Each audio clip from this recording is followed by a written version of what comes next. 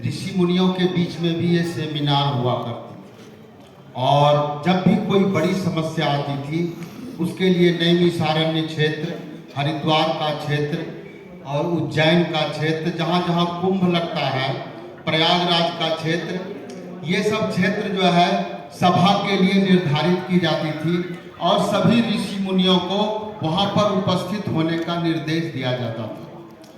उस समय का नियम इतना कड़ा था कि यदि कोई दिए हुए इंस्ट्रक्शन पर उस सभा में नहीं सब पहुंच पाते थे तो उनको ब्रह्म हत्या का दोष लगता था।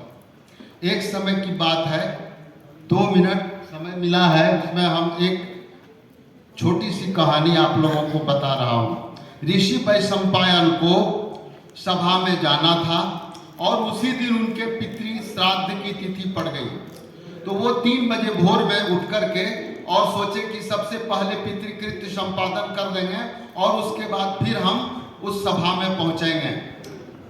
कुसंजोग कहिए कि उनके घर में एक बच्चा था छोटा, जो उनको भांजा लगता था, वो नीचे सोया हुआ था चटाई पर, छोटा बच्चा था, अंधेरे में उनको दिखाई नहीं पड़ी और उनका पैर जाता है, उस बच्चे की मृत्यु हो जाती है।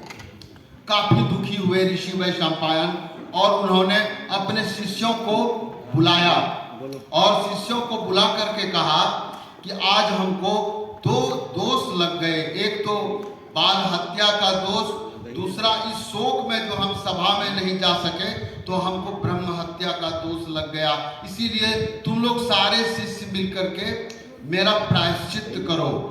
उन शिष्यों में से ऋषि याज्ञवल्क्य भी थे। तो ऋषि याज्ञवल्क्य थोड़ा सा सभी शिष्यों में से अधिक ज्ञानी थे। तो ऋषि याज्ञवल्क्य के मन में अहंकार हो गया। उन्होंने कहा कि मैं भी बराकै भगवन अहमेकल में सर्वम प्रायश्चित्तम चरिष्यामि। ये बेचारे लोग आपके इतने कठिन प्रायश्चित को नहीं कर सकेंगे, मैं अकेले आपका सारा प्रायश्चित कर दूंगा।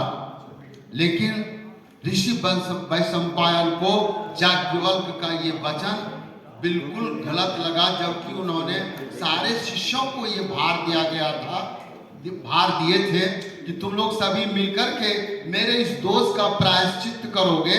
तो उसमें जो याज्ञवल्क्य की ये उक्ति निकली, ये ऋषि वैशंपायन को बहुत खराब लगा उस समय में और उन्होंने गुस्से में आकर के कहा कि गर्भिष्ठस्त्वमसि, तुम्हें अपने विद्या का अहंकार हो गया। मद्धिताम कृष्णाम वेद विद्याम उद्भमा, मेरे पढ़ाए हुए आज तक जितनी भी वेद विद्या है, ज्ञान है, उसको तुम अभी मेरे सामने में परित्याग करो। याज्ञवल्क्य ने योग सामर्थ्य से, उनके पास में उस समय ऋषि मुनियों के पास में योग सामर्थ्य भी रहता था कि कोई भी चीज वे लोग कर सकते थे। वो अपनी योग सामर्थ्य से सारी वेद विद्याओं को उद्भवामा और गुरु के सामने में निकाल दिया। अब जो है वो एक तरह से टाइप ऑफ वॉमिटिंग था। तो वैशंपायन ने अपने शिष्यों को आदेश दिया, तित्तिरो भूत्वा भुंक्षो, कि तुम लोग तित्तिर बन करके इन सारे ऋचाओं का भक्षण कर जाओ। वह जो वेद शाखा एक निकली जो दक्षिण भारत में अभी भी चल रहा है, वो तैत्तिरीय शाखा के नाम से जाना जाता है। और उसी दिन यजुर्वेद की 2 शाखा हो गई। इसी क्रोधावस्था में यजुर्वेद की 2 शाखा हो गई, वेद विद्या विरह कातर, और ऋषि याज्ञवल्क्य जो है वेद विहीन जब हो जाते हैं, ज्ञान विहीन हो जाते हैं, तो वो दुखी होकर के और सूर्य भगवान की उपासना करने में लग जाते हैं। और आप लोग जिस गायत्री मंत्र का, इस DAV में जिस गायत्री मंत्र का हर जगह पाठ होता है, इसी गायत्री मंत्र से ऋषि याज्ञवल्क्य ने सूर्य की आराधना शुरू की। और उस समय जो ऋषि याज्ञवल्क्य ने उस गायत्री मंत्र का अर्थ स्मरण करते हुए सूर्य की उपासना की थी, इसका वर्णन किया गया है कि नमो भगवते आदित्याय अखिल जगताम आत्मस्वरूपेण कालस्वरूपेण चतुर्विध भूतनिकायानां ब्रह्मादिस्तंभ पर्यंतानां अंतर्हृदयेषु बहिरपि चाकाश इवोपाधिना भवदीह मानो भवान एक वक्षर लव निमेषा वैभोपचित संवत्सर्गने नपामादान विसर्गाभ्याम इमाम लोक यात्राम अनुभाति यदुहा बाबा सवितर दस्त पत्यनुसवन रह राम नाय विधिनोपतिष्ठ माना नाम अखिल दुरित ब्रजन बीजाभर्जन भगवत समविधिमय तपन मंडलम। संपूर्ण गायत्री मंत्र का ये जो है गद्यानुवाद के रूप में उन्होंने हाथ उठा करके भगवान सूर्य देव की आराधना शुरू की और भगवान सूर्य देव प्रकट हुए और बाजी भूतवा मध्य दोपहर के समय में भगवान सूर्य देव प्रकट हुए और प्रकट होकर के उन्होंने ऋषि याज्ञवल्क्य को एक अलग यजुर्वेद का उपदेश दिया।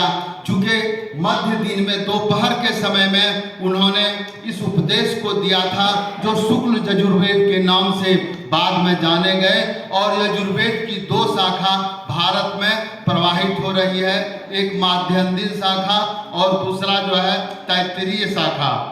तो ये माध्यन्दिन शाखा के जनक ऋषि याज्ञवल्क्य माने जाते हैं और ये चूंकि मध्य दिन में दोपहर में इस शाखा का उपदेश किया गया था इसीलिए इसका नाम पड़ा माध्यन्दिन शाखा और इसी का एक पर्यायवाची के रूप में है वाजस्नेय शाखा, क्योंकि वो घोड़े का रूप धारण करके और उन्होंने उपदेश किया था इन सारे विज्ञानों का, इसीलिए इसका इसकी दूसरी शाखा जो हो गई वो वाजस्नेय शाखा है।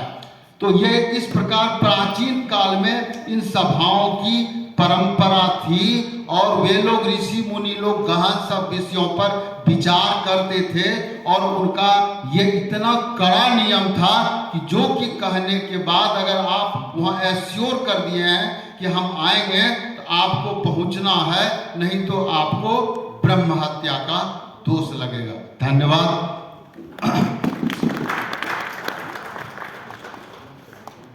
Thank you.